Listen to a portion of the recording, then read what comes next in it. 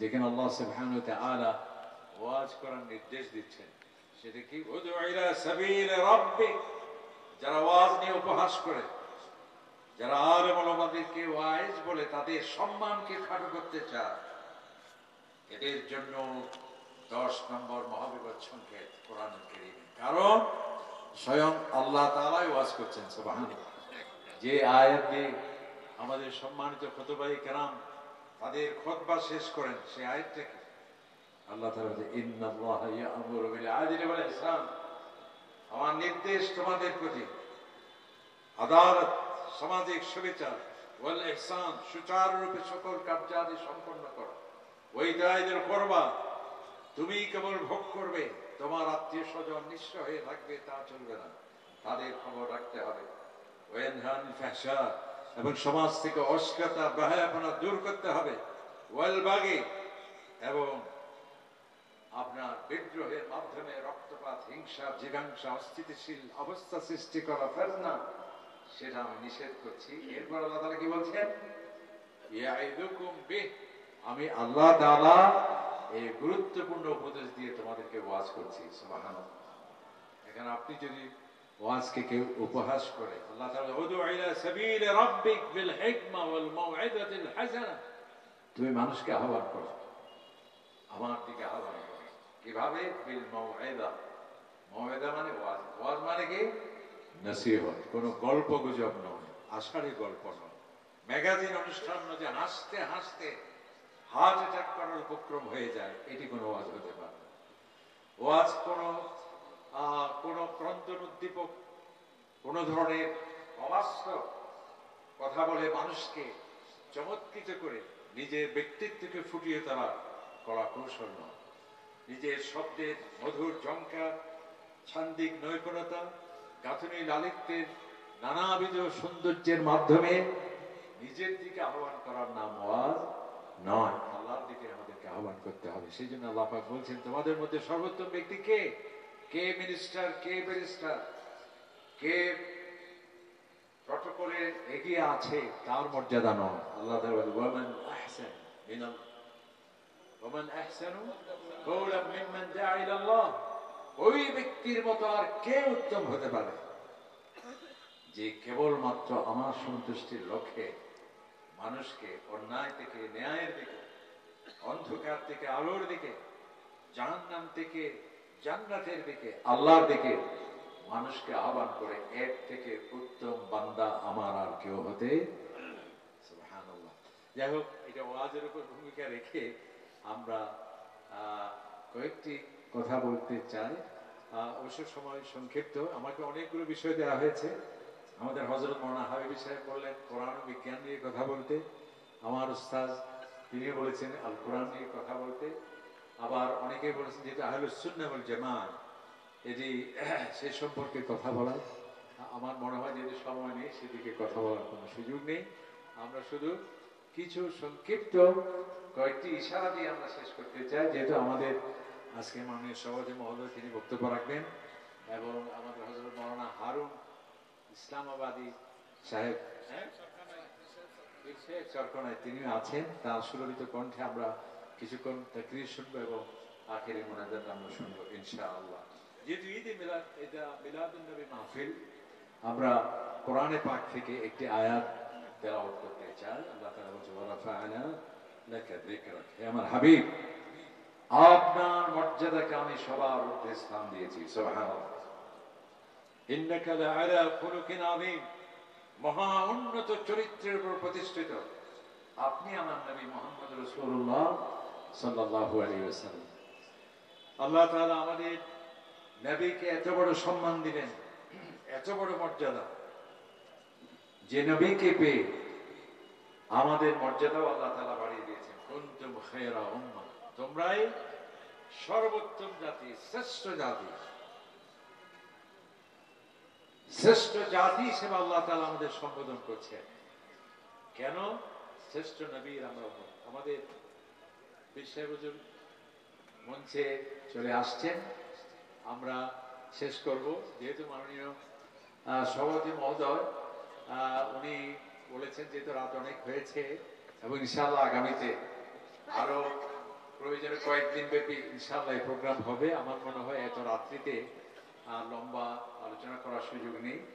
আমরা যে আয়াতটি বলছিলাম যে আল্লাহ পাক সুবহানাহু ওয়া তাআলা আমাদের নবীজির উদ্দেশ্যে বলছেন, হে নবী, আপনার মর্যাদাকে সবার ঊর্ধ্বে আমি স্থান দিয়েছি, এবং যে নবীকে পেয়ে আমাদের মর্যাদাও আল্লাহ তাআলা বাড়িয়ে দিয়েছেন। কুনতুম খায়রা উম্মাহ, তোমরাই সর্বোত্তম জাতি, তোমরাই শ্রেষ্ঠ জাতি।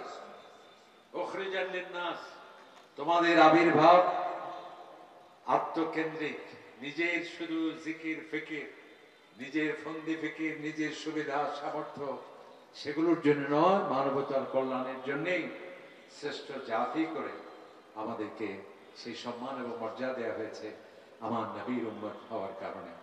আল্লাহ তাআলা আমার নবীকে এত বড় সম্মান দিলেন, মর্যাদা দিলেন, যে আল্লাহ পাক সুবহানাহু ওয়া তাআলা কোরআনুল কারীমে আমরা দেখছি যে আমাদের শপথ করতে হয় আল্লাহ তাআলার নামে। কোন সৃষ্টি স্রষ্টা ছাড়া অন্য কারো নামে শপথ করা যাবে না। কেউ যদি বলে আমি বিদ্যার নামে শপথ করছি, হবে? শিরক হয়ে যাবে। আমার হুজুরের নামে শপথ করছি, হবে? আল্লাহ পাক সুবহানাহু ওয়া তাআলা আমার নবীকে এত বড় সম্মান দিলেন, মর্যাদা দিলেন। কোরআনে পাকে আমরা দেখছি নবী করিম সাল্লাল্লাহু আলাইহি সাল্লাম জাতে পাকের নামে স্বয়ং আল্লাহ পাক সুবহানাহু ওয়া তাআলা শপথ করছেন। উচ্চ আওয়াজে বলুন সুবহানাল্লাহ।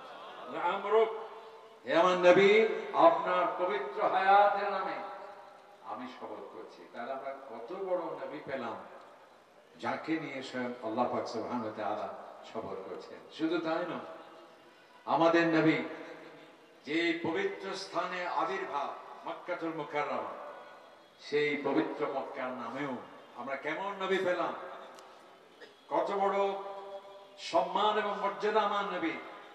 যেই পবিত্র স্থানে আল্লাহ নবীর আবির্ভাব এবং মিলাদ, সেই পবিত্র স্থানের নামেও আল্লাহ পাক সুবহানাহু ওয়া তাআলা শপথ করছেন, লা উকসিমু বিহাযাল বালাদ, এই পবিত্র শহর মক্কাতুল মুকাররমার নামে আমি শপথ করছি।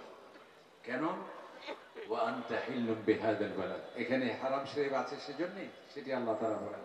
এখানে জামজাম আছে সেজন্য নয়, সাফা মারওয়া আছে সেজন্য নয়, আয়াত বাইয়িনাত অনেক আছে সেজন্য নয়। কোরআনে পাকে এখানে আল্লাহ তাআলা বলছেন, ওয়া আনতা হিল্লুম বিহাযাল বালাদ, যে এই পবিত্র শহরের সম্মানিত নাগরিক আপনি, সেজন্য আমি এই পবিত্র শহরের নামে শপথ করছি। সুবহানাল্লাহ। আল্লাহ তাআলা আমাদের নবীকে এত বড় সম্মান দিলেন। নবী করিম সাল্লাল্লাহু আলাইহি সাল্লামের প্রটোকল ঘোষণা করছেন আল্লাহ তাআলা। প্রেসিডেন্টের, মহামান্য রাষ্ট্রপতির প্রটোকল থাকে, প্রধানমন্ত্রীর প্রটোকল থাকে, রাষ্ট্রপতি, স্পিকার, তাদের প্রটোকল থাকে। আল্লাহ তাআলা আমার নবীকে এত বড় সম্মান দিলেন, কোরআনে পাকের বিভিন্ন জায়গায় প্রটোকল ঘোষণা করছেন। উচ্চ আওয়াজে বলুন সুবহানাল্লাহ। সূরাতুল হুজুরাত, দেখুন সূরা, কোরআন শরীফে একটি নাম আছে সূরা হুজরা। মানে কি?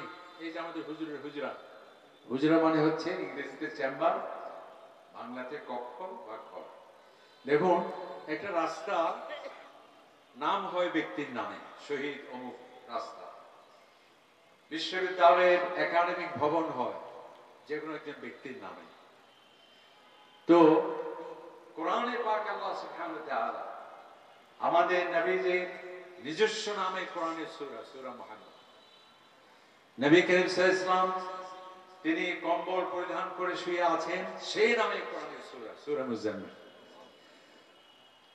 এমনকি আমরা যেটি ব্যতিক্রম দেখছি, কোন ব্যক্তির রুমের নামে, কোন চেম্বারের নামে, কোন কক্ষের নামে, কোন রাস্তা, কোন ভবন দেখেছেন আপনারা কোথাও? শুনেছেন কোথাও? আল্লাহ পাক সুবহানাহু ওয়া তাআলা আমার নবীকে এত বড় সম্মান দিলেন, মর্যাদা দিলেন। তিনি যেই পবিত্র হুজরা শরীফে অবস্থান, সেই পবিত্র হুজরার নামে কোরআনে পাকের সুনির্দিষ্ট সূরা, এর থেকে বড় সম্মান আর মর্যাদা আমার নবীর আর কি হতে পারে? উচ্চ আওয়াজে বলুন সুবহানাল্লাহ। সূরাতুল হুজুরাত, সেই সূরা হুজরাত আল্লাহ তাআলা প্রটোকল ঘোষণা করছেন, লা তুকাদ্দিমু বাইনা ইয়াদাইল্লাহি ওয়া রাসূলিহি, আমার নবীর সামনে কেউ লিমিট ক্রস করতে পারবে না। যখন কোন সিদ্ধান্তের প্রশ্ন আসবে কেউ আগ বাড়িয়ে সিদ্ধান্ত দিতে পারবে না। তিনি যা সিদ্ধান্ত দেবেন তা পুনর্বিবেচনা করা যাবে না, তা পরিবর্তন করা যাবে না। তিনি কোনো রাস্তা বা মাহফিলে থাকলে তার আগে কেউ যেতে পারবে না। কোন ভোজ সভায় অংশগ্রহণ করলে তার আগে কেউ খাবারে হাত দিতে পারবে না, অর্থাৎ আমার নবীর সামনে কেউ এগিয়ে যেতে পারবে না। আরেকটি প্রটোকল ঘোষণা করছেন, লা তারফাউ আসওয়াতাকুম ফাওকা সাওতিন নবী, খবরদার আমার নবী যে আসনে থাকবে, যেই মজলিসে থাকবে, উচ্চ আওয়াজে কেউ কথা বলতে পারবে না। সুবহানাল্লাহ। ওয়ালা তাজহারু লাহু বিল কওল কাজাহরি বাযিকুম লিবাদ। আরেকটি প্রটোকল আল্লাহ তাআলা ঘোষণা করছেন, তোমরা পরস্পরকে যেভাবে সাধারণ সম্বোধন করো, সেই সাধারণ প্রচলিত সম্বোধন রীতিনীতি আমার নবীর ক্ষেত্রে প্রযোজ্য নয়। সুবহানাল্লাহ। এবং তাকে কেউ নাম ধরে রাখতে পারবে না। আল্লাহ তাআলা আরেকটি জায়গায় বলেছেন, লা তাজআলু দুআ রাসূল কাদুআ বাযিকুম লিবাদ। একে অপরকে যেভাবে নাম ধরে ডাকো, আমার নবীকে সাবধান করে দিচ্ছে, কেউ নাম ধরে রাখতে পারবে না। এরপর আল্লাহ তাআলা বলছেন, যদি কেউ ব্যতিক্রম করে, আমার রাসূলের সামনে উচ্চ আওয়াজে কথা বলে ধৃষ্টতা করে, আমার নবীকে নাম ধরে কেউ যদি আখ্যায়িত করে ধৃষ্টতা করে, আমার রাসূলের সিদ্ধান্তের আগ বাড়িয়ে কোন সীমা লঙ্ঘন যদি কেউ করে, আনতাহবাতা আমালুকুম, তোমার জিন্দেগীর সমস্ত আমল, সে যে আকাশ সমূহ হোক, পর্বত সমূহ হোক, সাগরের পানি পরিমাণ সমূহ হোক, সমস্ত কিছু ধ্বংস হয়ে যাবে। ওয়া আনতুম লা তাশউরুন, তুমি কল্পনাও করতে পারবে না। সেই নবীর সম্মান এবং মর্যাদা এত বড় আল্লাহ পাক সুবহানাহু ওয়া তাআলা দিয়েছেন। সুতরাং সেই নবীর আমরা শুধু বছরে একবার রবিউল আউয়াল এলে তোমারই গান গায়, রবিউল আউয়াল গেলে তোমায় ভুলে যায়, এটি হলে চলবে না, যেটা আমাদের প্রফেসর সাহেব বলেন। আজকে আমাদের রাষ্ট্রের কোনো অভাব নেই। 57টির অধিক রাষ্ট্র আমাদের, পাকিস্তান, বাংলাদেশ, কুয়েত, কাতার, সৌদি আরব, 1টি 2টি 10টি 15টি 17টি নয়, 57টি রাষ্ট্র সারা পৃথিবীতে মুসলমানদের। আজকে মুসলমান আব্দুর রহমান আব্দুল্লাহর কোনো অভাব নেই। প্রতি সারা পৃথিবীর শত সহস্র মানুষের মধ্যে প্রতি 4 জনে একজন মুসলমান। সুবহানাল্লাহ। আমাদের আয়তনের কোনো অভাব নেই। সেই কথা ইন্দোনেশিয়া থেকে শুরু করে তুরস্ক পর্যন্ত হাজার হাজার লক্ষ বর্গ মাইল আমাদের। সম্পদের কোনো